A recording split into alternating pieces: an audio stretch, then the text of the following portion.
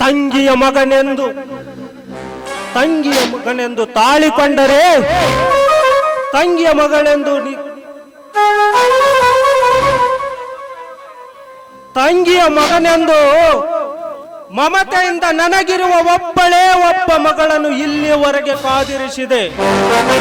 ಆದರೆ ಅಳಿಯನಾದ ಸೋಮಶೇಖರ ನನ್ನ ಮಗಳನ್ನು ತಿರಸ್ಕರಿಸಿ ಇದೇ ಊರಿನ ಒಂದು ಬಡ ಬೆಚ್ಚುಕನ ಮಗಳನ್ನು ಮದುವೆಯಾದ. ಅಪಾರ ಸಂಪತ್ತಿನ ಒಡೆಯಳಾದ ನನ್ನ ತಂಗಿಯ ಮಗನ ಕೈ ಹಿಡಿದು ನನ್ನ ಮಗಳು ಸುಖ ಭೋಗದಲ್ಲಿ ನಲಿಯಲಿ ಎಂಬ ನನ್ನ ಕನಸು ಮುಚ್ಚಿ ಹೋಗುವಂಗೆ ಮಾಡಿದ. ಆದರೆ ಅಳಿಯನ ಮೇಲೆ ಸೇಡು ತೀರಿಸಿಕೊಳ್ಳದೆ ಇರಲಾರೆನು. ಈ ಸರ್ಪ ಕಿಡಿಕಾರುವ ಬೆಂಕಿಯಲ್ಲಿ ನೊಂದು ಬಂದಿರುವಾಗ ಹೊಸದಾಗಿ ಮದುವೆಯಾಗಿರುವ ಸೋಮಶೇಖರನ ಹೆಂಡತಿಯನ್ನು ಕರೆಯಲಿಕ್ಕೆ ಕಳಿಸಿದ್ದಾಳೆ ನನ್ನ ತಂಗಿ.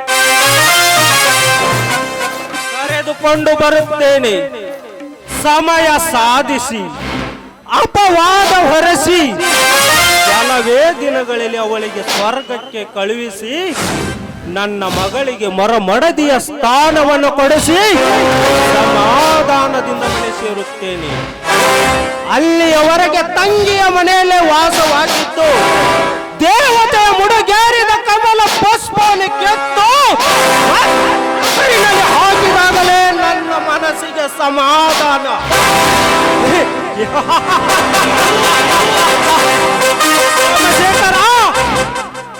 ಸೋದರ ಮಾವನ ಮಗಳೆಂದರೆ ಒಂದು ಕೆಟ್ಟ ಹುಳವೆಂದು ತಿಳಿದಿರುವಲ್ಲೇ, ಆ ಕೆಟ್ಟ ಹುಳುವಿನಿಂದಲೇ ನಿನಗೆ ಕೈ ಹಿಡಿಸಿ ನಿನಗೆ ಚೆನ್ನಾಗಿ ಪಾಠ ಕಲಿಸದಿದ್ದರೆ ನನ್ನ ಹೆಸರು ಸಿದ್ದರಾಮನೇ ಅಲ್ಲ.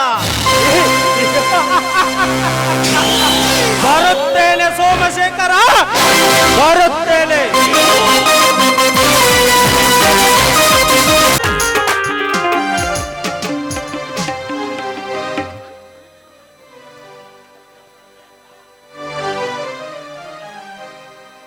ಮಗು ಶಾರದ, ಅಂತೂ ಆ ದೇವರು ನಿನ್ನ ಮೇಲೆ ಕರುಣೆ ತೋರಿಸಿದನು.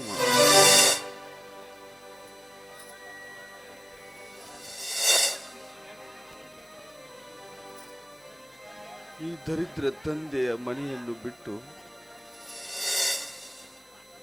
ಈ ಅಪ್ಪ ಅಣ್ಣನನ್ನು ಬಿಟ್ಟು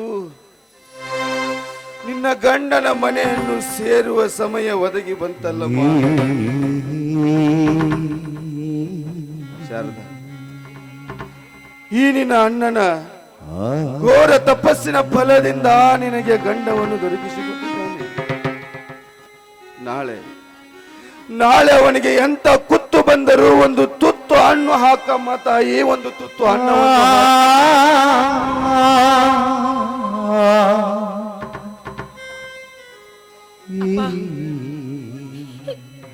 ಈ ಭಾಗ್ಯವನ್ನ ತಂದುಕೊಟ್ಟಂತ ನನ್ನಣ್ಣನ ಈ ಉಪಕಾರವನ್ನ ಕ್ಷಣ ಕ್ಷಣಕ್ಕೂ ಸ್ಮರಿಸಿ ಮುಂದೆ ದಿಟ್ಟ ಹೆಚ್ಚು ಜೀವನವನ್ನು ಸಾಗಿಸ್ತೀನಿ. ನನ್ನ ಜೀವನದಲ್ಲಿ ನನಗೆ ಅತಿ ಅಮೂಲ್ಯವಾದ ವಸ್ತು ಅಂದ್ರೆ ನನ್ನ ಅಣ್ಣ. ಅಪ್ಪ, ಏನ್ ಗೊತ್ತಾ, ನನ್ನ ಅಣ್ಣನ ಆಶೀರ್ವಾದದಿಂದ ಪತಿಯನ್ನ ಪಡೆಯುವಂತ ಭಾಗ್ಯ ನನಗ್ ಸಿಕ್ತು. ಅಷ್ಟೇ ಅಲ್ಲ ಅಪ್ಪ, ಗಂಡನ ಮನೆಯವರು ಹಾಲು ತುಪ್ಪ ಅಮೃತವನ್ನೇ ಕುಡಿಸಿದರೂ ಕೂಡ ಈ ಹಾಲುಂಡ ತವರಿನ ಗಂಜಿಯನ್ನ ಮಾತ್ರ ಯಾವ ಕಾಲಕ್ಕೂ ಮರೆಯುವುದಿಲ್ಲಪ್ಪ, ಯಾವ ಕಾಲಕ್ಕೂ ಮರೆಯುವುದಿಲ್ಲ ನಾನು. ಅಪ್ಪ, ಈ ಪುಟ್ಟ ಪ್ರಪಂಚದಲ್ಲಿ ನಿಮ್ಮಿಬ್ಬರ ಪ್ರೀತಿ ವಾತ್ಸಲ್ಯದ ಪಂಜರದ ಗಿಳಿಯಾಗಿ ಇಷ್ಟು ದಿವಸ ಮುದ್ದಾಗಿ ಬೆಳೆದೆ ನಾನು. ಈ ಇನ್ನೊಂದು ಶ್ರೀಮಂತರ ಮನೆ ಸೊಸೆಯಾಗಿ ಆ ಮನೆಯನ್ನೇ ಬೆಳಗೋದಕ್ಕೆ ಸಿದ್ಧವಾದರೂ ಕೂಡ ಈ ತವರಿನ ಪ್ರೀತಿಯನ್ನು ನೆನೆದು ನನ್ನಲ್ಲಿ ಸಂತಾಪ ಮೂಡ್ತಾ ಇದೆ. ಮನಸ್ಸು ಯಾಕೋ ಗಲಿಬಿಲಿಗೊಳ್ತಾ ಇದೆ ಅಪ್ಪ. ನಾನು ಏನ್ ಮಾಡ್ಲಿ ಅಪ್ಪ? ತಾಯಿ ಇಲ್ಲದ ತಬ್ಬಲಿ ಎಂದು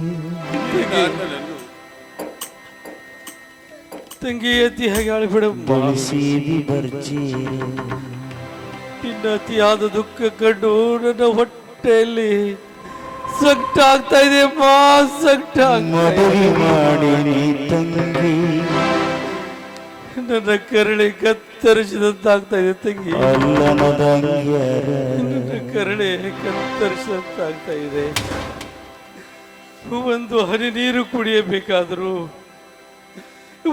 ಹನಿ ನೀರು ಕುಡಿಯಬೇಕಾದ್ರು ನೀನು ಕಚ್ಚಿ ಕುಡಿದ ಪಾತ್ರೆಯನ್ನೇ ಉಪಯೋಗಿಸಿದ್ದ ಈ ನಿನ್ನಣ್ಣ ಈಗ ನಿನ್ನಿಂದ ದೂರವಾಗಬೇಕಾದ್ರೆ ಯಾರೋ ಒಂದು ಕತ್ತು ಹಿಚಿಕಿದಂತಾಗ್ತಾ ಇದೆ ಅಮ್ಮ.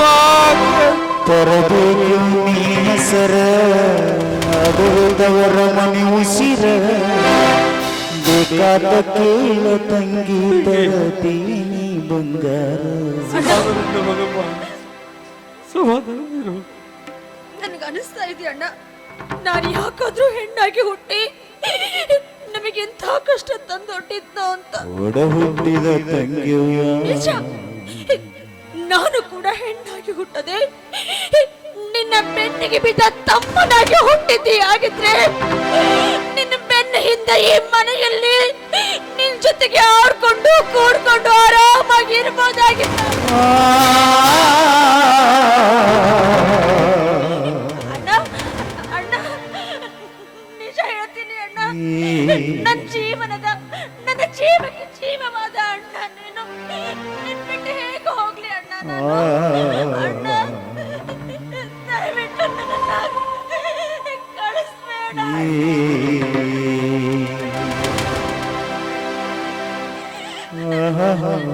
ಶಾರದಾ,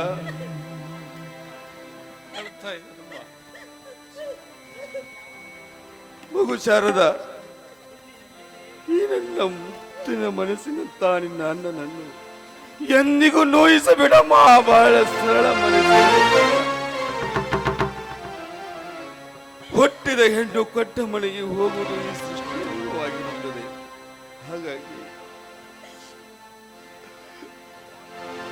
ನಿನ್ನ ಗಂಡನ ಮನೆಯಲ್ಲಿ ಯಾವ ಗಂಡಾಂತರ ಬಂದರೂ ಗಂಡನೆಯನ್ನು ಎದುರಿಸಿಕೊಂಡು ಗರತಿಯಾಗಿ ಬಾಳ ಮಾತಾಡ.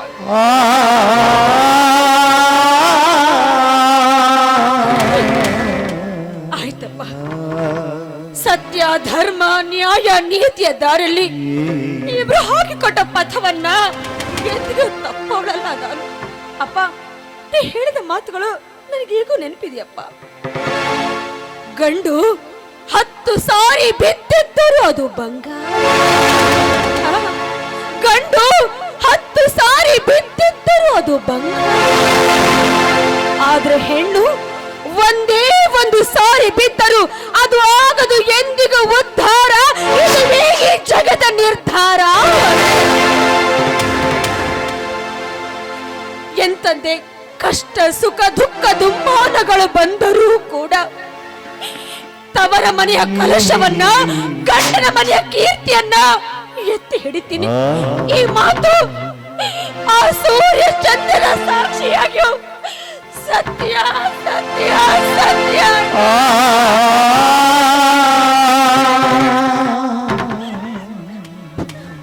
ಸಂಬಂಧವಿಲ್ಲದೆ ಸಮಯ ವ್ಯರ್ಥ ಹಾಳು ಮಾಡಬೇಡಿರಿ. ಅದನ್ನು ನಿಲ್ಲಿಸಿ ಕಳುಹಿಸಲು ಮುಂದಾಗಿರಿ. ಜಗತ್ತಿನಲ್ಲಿ ನಿಮ್ಮ ಮನೆಯಲ್ಲಷ್ಟೇ ಹೆಣ್ಣು ಹುಟ್ಟಿಲ್ಲ, ಹೆಣ್ಣು ಹಡೆದವರೆಲ್ಲ ನಿಮ್ಮ ಹಾಗೆ ಹಣೆ ಹಿಡಿದು ಅಳುತ್ತಾ ಕುಳಿತರೆ ಈ ಪ್ರಪಂಚದಲ್ಲಿ ಮದುವೆ ಮುಂಜೆಗಳು ಕೂಡ ನಡೆಯಲಿಕ್ಕಿಲ್ಲ. ಶ್ರೀಮಂತ್ರೆ, ಇನ್ನೊಂದು ಬೆಂದ ಜೀವ ನಿಮಗೊಂದು ಮಾತು ಕೇಳಬೇಕಂತ ಅನಿಸ್ತಾ ಇದೆ. ಏನದು? ಸೋಮಶೇಖರನಿಗೆ ಮಾವನವರಾದ ನೀವು ನನ್ನ ತಂಗಿಗೆ ತಂದೆಯ ಸಮಾನರು. ಒಂದು ವೇಳೆ ನನ್ನ ತಂಗಿ ಏನಾದರೂ ತಪ್ಪು ಮಾಡಿ ಅದನ್ನು ಸಹಿಸಿಕೊಂಡು ಸುಮಂಗಲೆಯಾಗಿ ಬಾಳುವುದಕ್ಕೆ ಅವಕಾಶ ಮಾಡಿಕೊಡ್ಬೇಕಂತ ನಿಮ್ಮ ಕೈ ಮುಗಿದು ಬೇಡ್ಕೋತೇನೆ ಶ್ರೀಮಂತರೇ, ಕೈ ಮುಗಿದು ಹಾ, ನನಗೂ ಒಬ್ಬ ಮಗಳಿದ್ದಾಳು ಶಿವಾನಂದ. ಅಂದ ಮೇಲೆ ಮಗಳನ್ನು ಯಾವ ರೀತಿ ಕಾಣಬೇಕು, ಯಾವ ರೀತಿ ನಕ್ಕು ನಗಿಸಬೇಕು, ಯಾವ ರೀತಿ ಹತ್ತು ಅಳಿಸಬೇಕೆಂಬ ಪಾಠ ನನಗೆ ಚೆನ್ನಾಗಿ ತಿಳಿದಿದೆ. ಹಾ, ಅದಿರ್ಲಿ, ನಾನು ಮುಂದೆ ಹೋಗುತ್ತೇನೆ, ಬೇಗ ಕರೆದುಕೊಂಡು ಬಾ. ತಂಗಿ, ಭಾರತೀಯ ಸಂಸ್ಕೃತಿಯಂತೆ ತಂಗಿಯ ಮದುವೆ ಮಾಡಿ ಉಡಿ ತುಂಬಿ ಕಾಲು ತೊಳೆದು ಕಳಿಸುವುದು ನಮ್ಮ ಪದ್ಧತಿಯಮ್ಮ. ನಡಿಯಮ್ಮ, ಆ ಪದ್ಧತಿ ಮಾಡಿ ನಿನಗೆ ಕಳಿಸಿ ಬರ್ತೀನಿ ತಂಗಿ, ನಿನಗೆ ಕಳಿಸಿ ತೆಗಿಬ್ಯಾಡ ತಂಗಿ ಕಣ್ಣಾಗ ನೀರ ಹೊಂದಿದಿ ಬಿಟ್ಟು ತವರ ತೆಗಿಬ್ಯಾಡ ತಂಗಿ ಕಣ್ಣಾಗ ನೀರ ತೆಗಿಬ್ಯಾಡ ತಂಗಿ ಕಣ್ಣಾಗ ನೀರ ಹೊಂದಿದಿ ಬಿಟ್ಟು ತವರ ಹೊಂದಿದಿ ಬಿಟ್ಟು ತವರ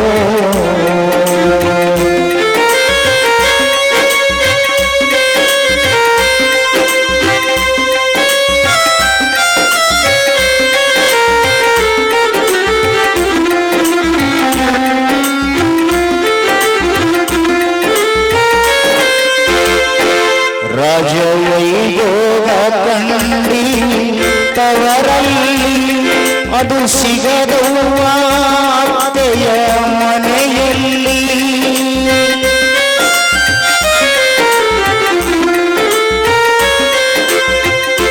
ರಾಜವೈಭೋಗ ಕಂಡಿ ತವರಲ್ಲಿ ಅದು ಸಿಗದವ್ವ ಅತ್ತೆಯ ಮನೆಯಲ್ಲಿ. ಮುತ್ತಿನ ಮಗಳಾಗಿ ತೊತ್ತಿನ ಮಗಳಾಗಿ ಬದುಕು ಸಾಗಿಸಮ ಬದುಕು ಸಾಗಿಸಮ ತೆಗಿಬ್ಯಾಡ ತಂಗಿ ಕಣ್ಣಾಗ ನೀರ ತೆಗಿಬ್ಯಾಡ ತಂಗಿ ಕಣ್ಣಾಗ ನೀರ ಹೊಂದಿರಿ ಬಿಟ್ಟು ತವರ ತವರ ಹೊಂದಿರಿ ಬಿಟ್ಟು ತವರ ತವರ.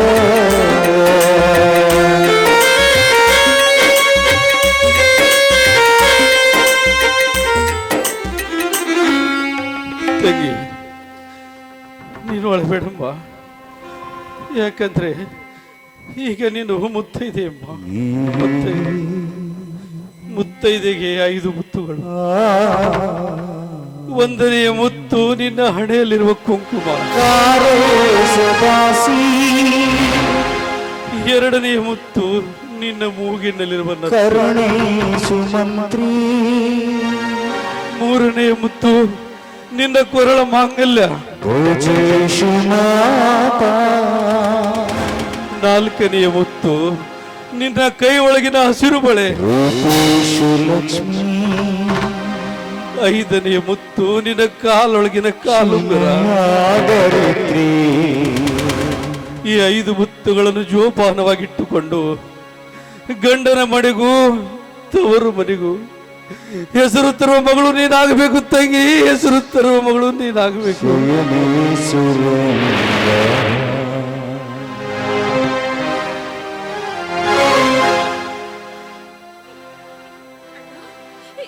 ನಿನ್ನ ತಂಗಿ ಗಂಡನ ಮನೆಯಲ್ಲಿ 100 ಕಾಲ ಮುತ್ತೈದೆಯಾಗಿ ಬಾಳೆ ಬದುಕ್ಲಿ ಅಂತ ಹೃದಯ ತುಂಬಿ ಹರಿಸಣ್ಣ, ಹೃದಯ ತುಂಬಿ ಹರಿಸಣ್ಣ.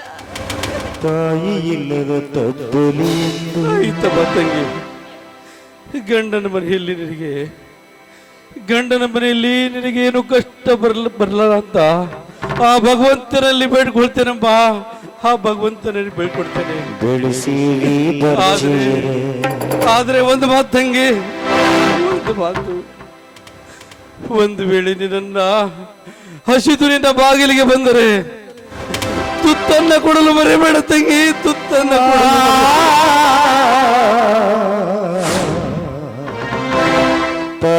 ಇಲ್ಲದ ತಬ್ಬಲಿ ಎಂದು ಬೆಳೆಸಿರಿ ಬರ್ಜೂರ ಮದುವೆ ಮಾಡಿ ನೀ ತಂಗಿ ಅಲ್ಲನದಾಗ್ಯಾರ ತರಬೇಕು ನೀ ಹೆಸರ ಅದುವೆ ತವರ ಮನೆ ಉಸಿರ ಬೇಕಾದ ಕೇಳ ತಂಗಿ ತಂದ ಕೊಡತೀನಿ ಬಂಗಾರ ಒಡ ಹುಟ್ಟಿದ ತಂಗ್ಯವ ಗಂಡನ ಮನೆಗೆ ಹೋಗುತ್ತಾರ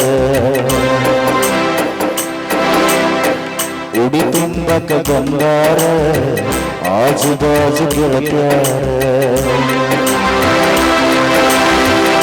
ಗಂಡನೇ ದೇವರ ಹಾಕಬ್ಯಾಡ ಕಣ್ಣೀರ ಗಂಡನೇ ದೇವರ ಹಾಕಬ್ಯಾಡ ಕಣ್ಣೀರ ಹಬ್ಬಕ್ಕ ಕರೆದಾಗೊಮ್ಮೆ ತವರ ಮನೆಗೆ ನೀವಾರ ಒಡ ಹುಟ್ಟಿದ ತಂಗ್ಯವ ಗಂಡನ ಮನೆಗೆ ಹೋಗುತ್ತಾರೆ